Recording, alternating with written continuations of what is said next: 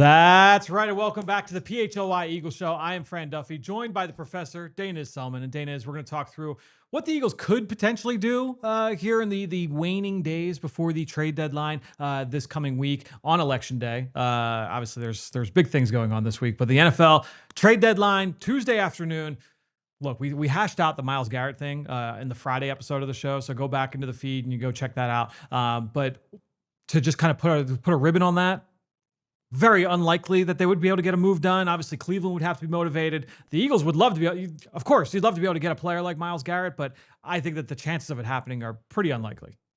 Yeah, I mean, whenever you're talking about a player of that caliber, you always shouldn't expect that to happen. Yes. Now, I think we would agree that if there's going to be a move, it'll probably be to help the defense. Yeah. And, this defense was the best defense in the league last year. First in the league by DVOA, down to 16th this year, despite being in year 2 of Fangio, where a lot of the players are more used to the scheme. And I think the reason is clearly because of the talent that was lost in the offseason, right? And so how can you bring people in to kind of get it back to the level it was last year?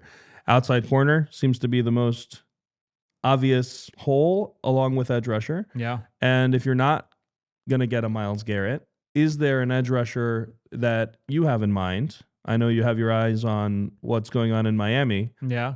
That might be more realistic and worthwhile. Someone who would be good enough to be like a top 2 edge rusher on this roster. Yeah, I think that if you look at the Miami Dolphins, who parted ways with their general manager this week and Chris Greer, they've got a couple of pass rushers in Jalen Phillips and in Bradley Chubb, 2 former first-round picks that have talent, that have the ability to come in and help this defense and give them a little bit of a boost off the edge. I think that with both, you're probably talking like at most, I would think like a 3rd-round pick type of situation in terms of what the trade value would be. The Miami Dolphins, like I said, they already made the move at general manager. They have a 1st-round pass rusher from last year in Chop Robinson that they'd love to be able to give more playing time to. So it would make sense on their side of it. I do think that there are other options on the table for the Eagles as well. The problem is that it seems like it's a pretty competitive market out there for in terms of people that want to buy pass rusher. A lot of the top contenders would love to be able to add to their defensive line rotation at this point in the calendar. And so I'll be interested to see if they do get a deal done. My antenna went up at that Charles Robinson report when it came to Myles Garrett that they would love to be able to part ways with some of their depth pieces. So I look at a player like Alex Wright for the Cleveland Browns. He's a player that the Eagles saw up close during joint practices this week. He was a former big-time recruit. He went to the University of Florida, then transferred to a lower level before coming into the NFL. So this would be a guy I think that would fit the Eagles' profile.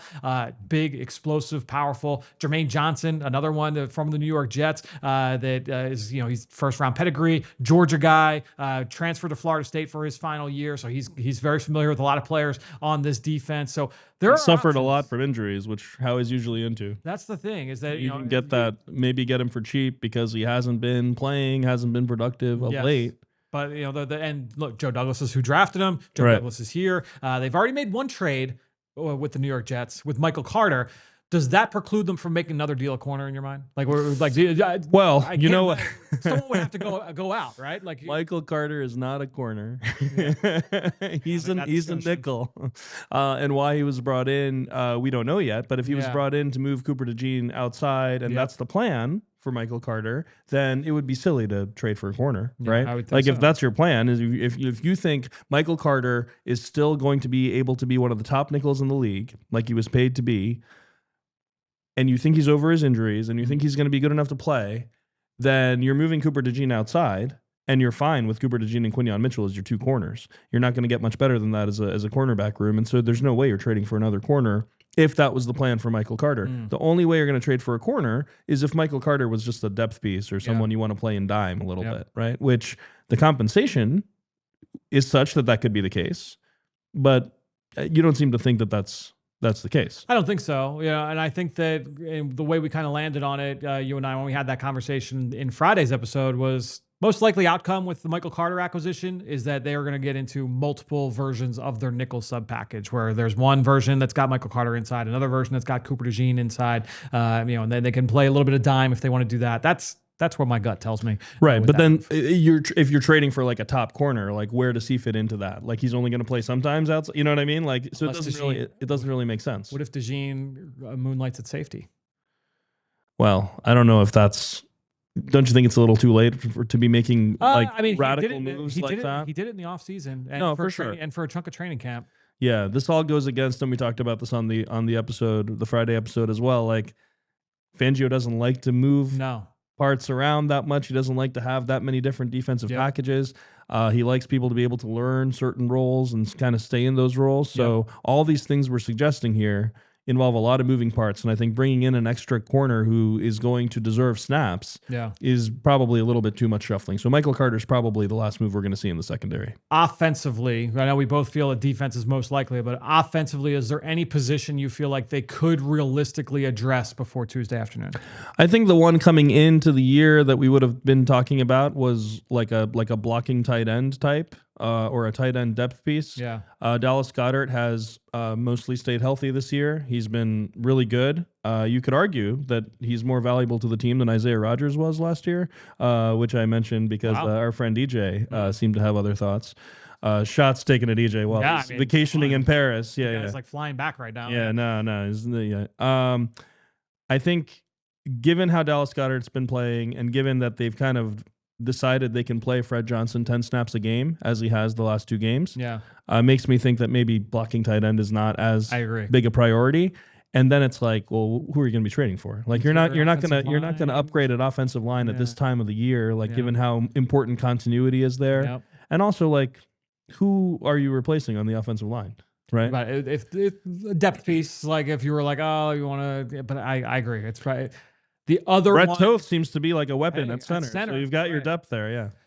The other elephant guard depth would make sense because if there's an injury at guard, there is a clear problem. There's although they brought Tua Opeta in, so that might have been the solution. That might have been the solution. The elephant in the room is obviously the AJ Brown of it all. I think you and I are on the same page that it's unlikely that any kind of move is made there, but I don't think you can completely 100% shut the door on that. Yeah, I mean, as much as AJ Brown wants to be traded, or if he wants to be traded, or if he thinks he wants to be traded, which by the way, the grass is not always greener. Like I'm not sure where he thinks he's going to go, but I would seriously doubt that a team that's seriously trying to win the Super Bowl this year is going to trade away its best, like one of its best players on offense. I mean, that would be a crazy thing. You know, we made so much fun of Dallas when they traded Micah Parsons that that's the level of silliness it would be to trade a player like AJ Brown. Last question. How many turkeys would you put on the idea that the Myles Garrett rumor got floated out there to put a little nugget in AJ's ear that, hey, you could get traded to Cleveland, and that scares him straight to not wanting to get traded from Philly? I like that. I like that theory. I really like that theory. And what do you think about trading John Mechie away? Do you think that that's supposed to be telling AJ anything? No, I think that's Darius Cooper. We believe that we want to get you more snaps. That makes sense. That's my feeling there. That makes sense. I think that Mechie, he was like the dirty work receiver. Yeah. Like he was like, hey, we want to dig out a safety. We want to insert somebody on duo. Like literally lining him up like almost like a fullback sometimes. Yeah. Yes, I think that's what they were using Mechie for, and then Cooper came off the injured reserve, and that's what he did against the Giants. I think that was the writing was on the wall there. So that's why the Michael Carter deal easy, because Mechie didn't really have a role at this point. No, for sure. I was just wondering, just numbers wise, taking a guy out of the wide receiver room. Should we be reading into that at all in terms of we're definitely not trading AJ? Yeah. Not that those two players are even close to the same level, course. and it shouldn't really matter. Yeah. All right. Well, we've got a lot to come here on the PHLY Eagles Show. Obviously, we'll have you covered up through Tuesday's trade deadline on Monday. Jamie and Rich will be back here in studio breaking it all down. Tune in next time. And until then, we love you.